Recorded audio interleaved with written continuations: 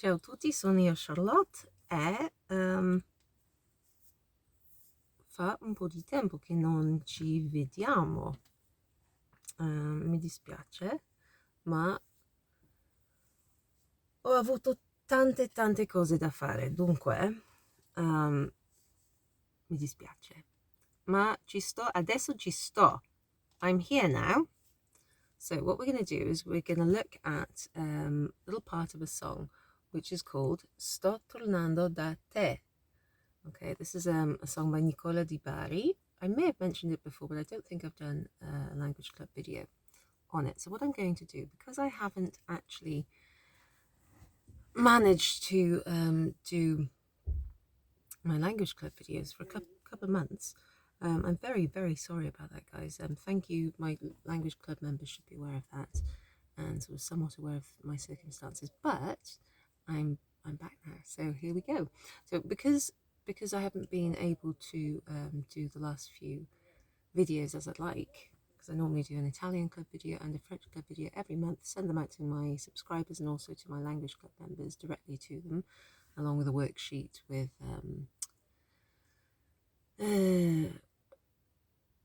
bespoke activities and exercises and whatnot.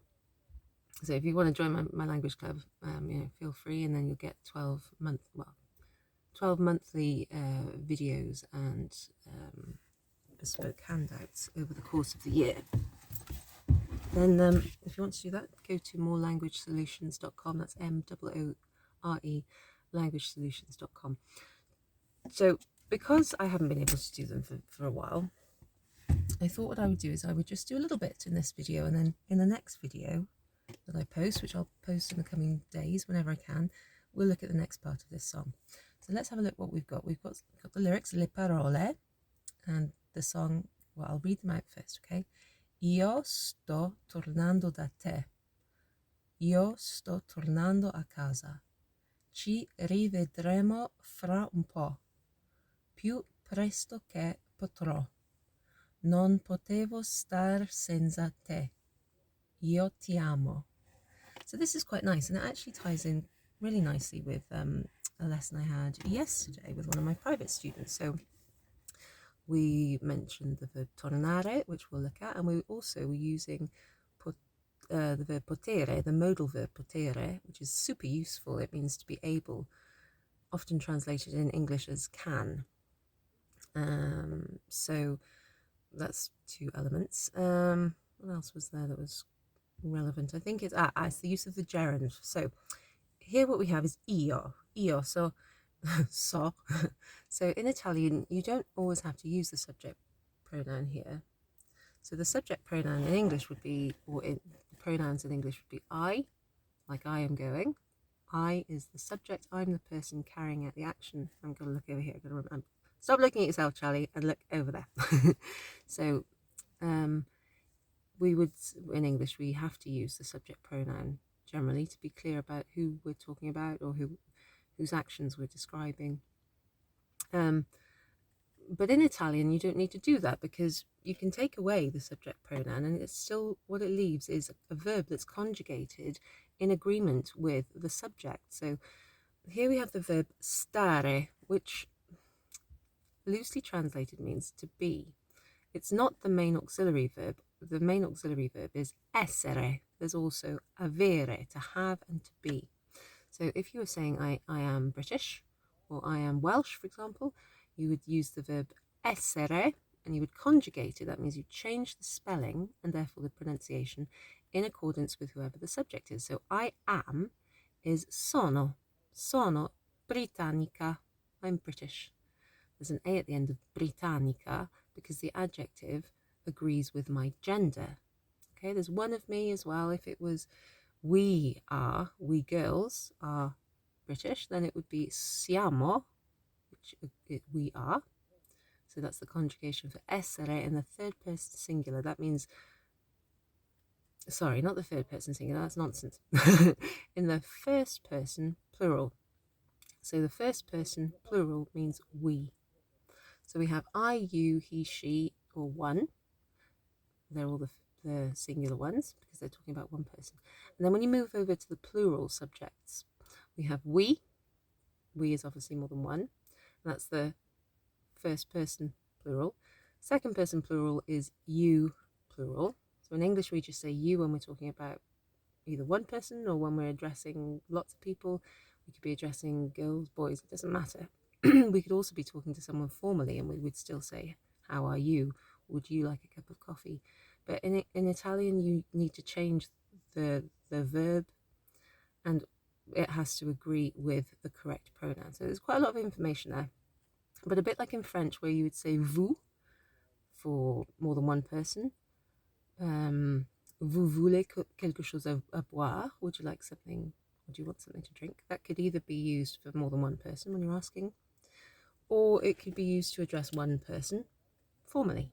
So there's this sort of, the way that you're addressing someone can either be formal or informal. And that's the same in Italian as well. So that's another complication. But let's just stick with what we have. So io is the subject pronoun, which translates as I. In Italian, you don't normally have to use that. You could just say sto, I am. So that's another verb. It's not essere, it's the verb stare. But here we've got it in there for emphasis. I'm coming home. Sto tornando. So instead of using the verb tornare, which is an ARE verb, it ends with ARE in the infinitive form in its unchanged form. Like if you looked up the verb to come back, or to, let's just stick with come back for now. It can also mean to return, but we're going to translate it as to come back in its English form. So if you look that up in a dictionary, you'd see the verb tornare, T-O-R-N-A-R-E, T-O-R-N-A-R-E. Instead of just conjugating it by chopping off the ARE and adding an O, torno means I'm coming home. I'm coming back, basically. I'm coming back. I'm returning. Here we've got this combination of the present tense of stare in the io form, io, sto, and then we also have this gerund form. So what is a gerund form? What a gerund form looks like is this. So it's got either ando, endo, actually it's either got ando or endo on the end of it. So what that tells you is that somebody is currently doing something right now. When you have, I should explain that the verb stare plus a gerund form of another verb means that's something that's happening. They're in the process of it. They're in the middle of doing it.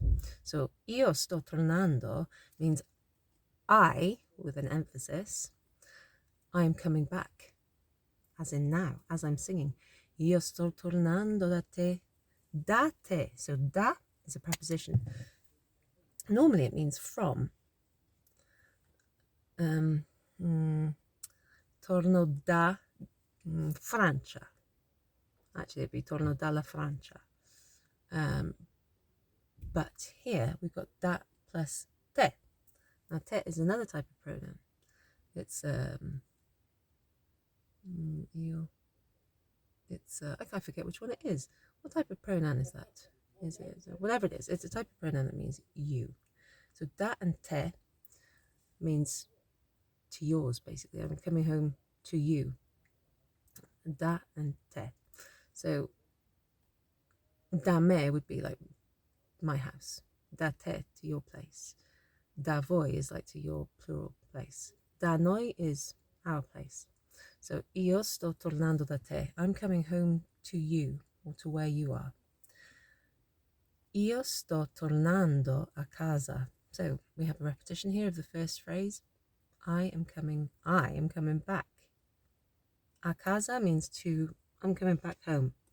A is another preposition which on its own generally means to, or it can mean at, depending on how we're using it, how we're translating it back into English. A casa is a set phrase. For example, if someone asks, where are you? I could say, sono a casa. I am at home. I'm home. So, io sto tornando da te. I'm coming back to where you are, to yours. I'm coming home.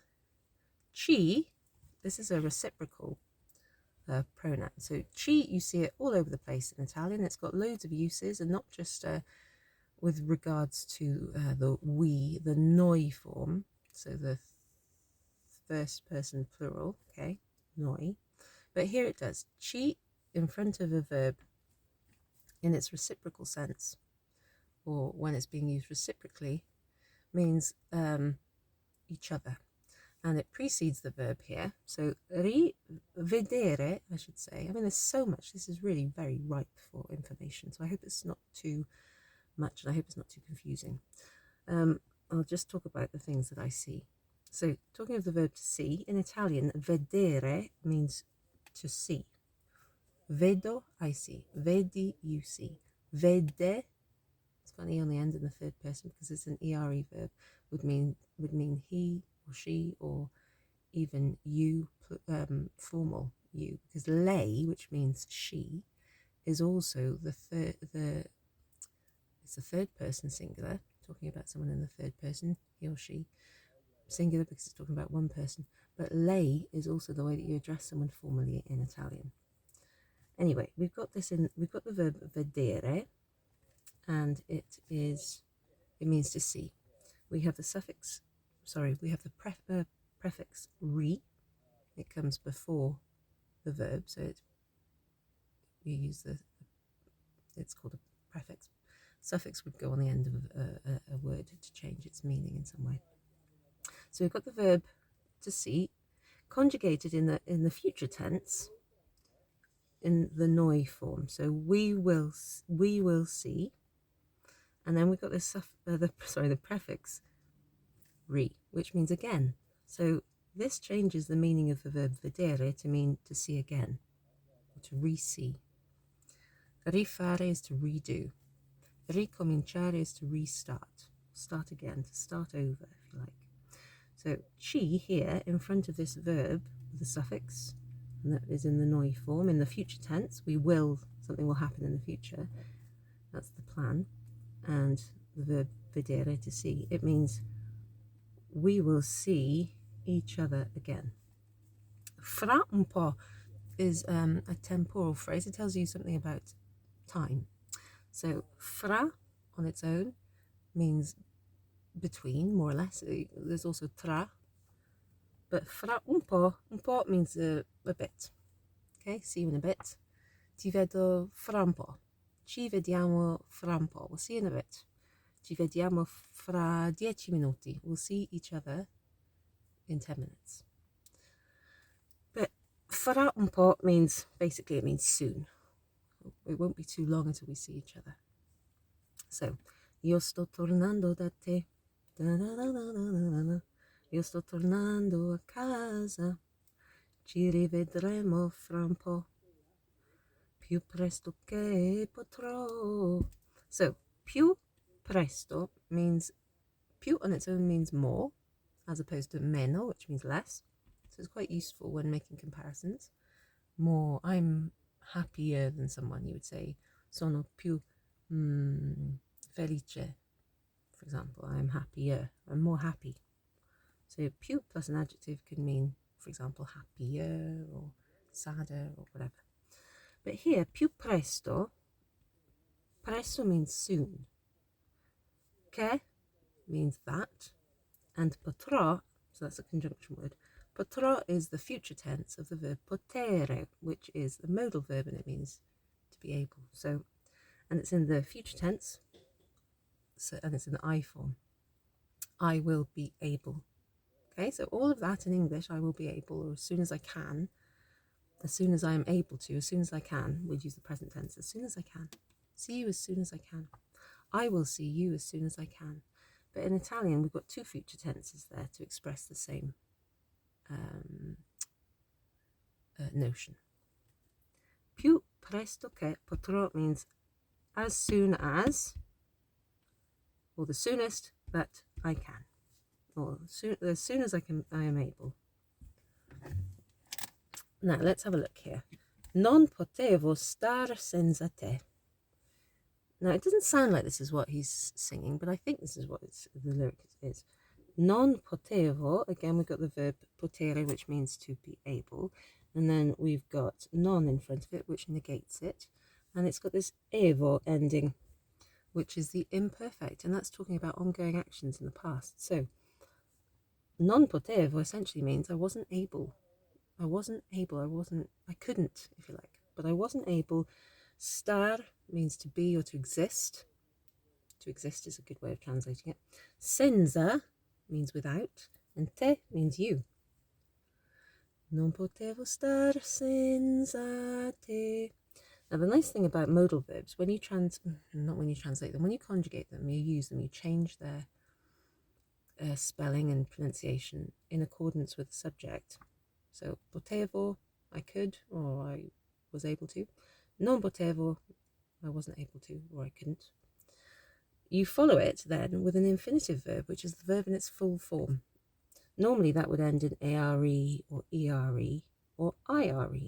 But here, I'm not exactly sure why, but it's probably because non potevo star, I couldn't be without you. So instead of having an E on the end, we truncate it, we take the E off, and it sounds more poetic for a start, but it's often a formula or formulation that you see in music or poetry, you know. Non potevo star senza te. I wasn't able to be without you. And then this last bit, again, we see io, which means I, and it's used there for emphasis. It's to emphasize. It's not just that I love you. Ti amo. Ti amo means I love you. This bit means I love. It's from the verb amare. You just take off the ending are and you add an o, and then you've got the present tense, I love. Ti is a direct object pronoun. It comes before the verb in this instance, and it means you in the informal singular. So you might say it to your sweetheart, you know, or to your son or daughter, or your mother, or to your pet. Ti amo suffices to say I love you, but io ti amo means I love you. It adds the emphasis on I'm the person who loves you. I do. So this is just the first verse, basically, of that song.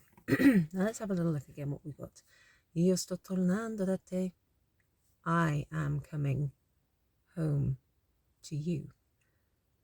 Stare, conjugated in the present tense here, plus a verb, tornare, to come back, to return, but to come back really, with the ando, ando suffix added on to the end, means that's something I'm doing as I speak. Okay, sto parlando, I am speaking right now. You could say parlo italiano, I speak Italian. But if I want to emphasize something that I'm currently in the middle of doing, an action I'm carrying out as I'm speaking, for example, or as I'm writing, you can use sto plus stare in the conjugated form of whatever tense you're talking in. Present tense makes sense. Plus the verb with its gerund ending. Io sto tornando da te. Io sto tornando a casa. I'm coming home. A casa, home. Ci means each other.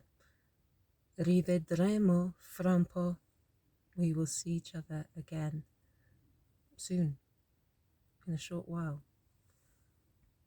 Più presto che potrò. As soon as I can, generally.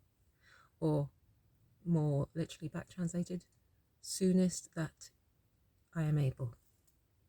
Okay, but in English we'd say as soon as I can. Non potevo star senza te. I wasn't able to be without you. Or as we would probably more idiomatically say, I couldn't be without you. Io ti amo. I love you.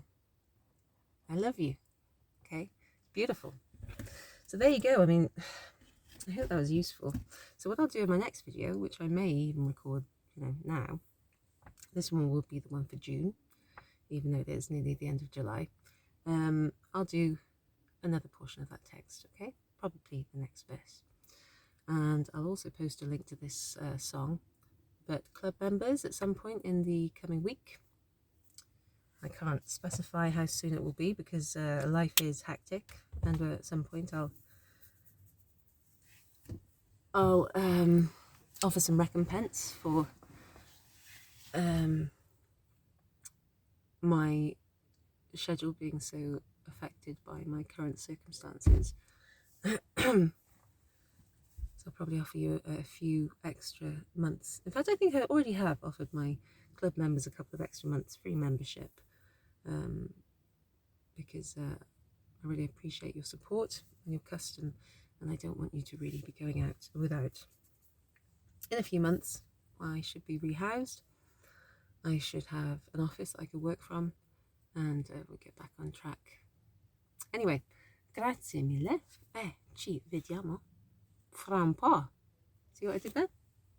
Fra un po'. There. See you soon. See you in a bit. In a bit. That's what we'd say in English. See you in a bit. We'll see each other in a bit. Ciao.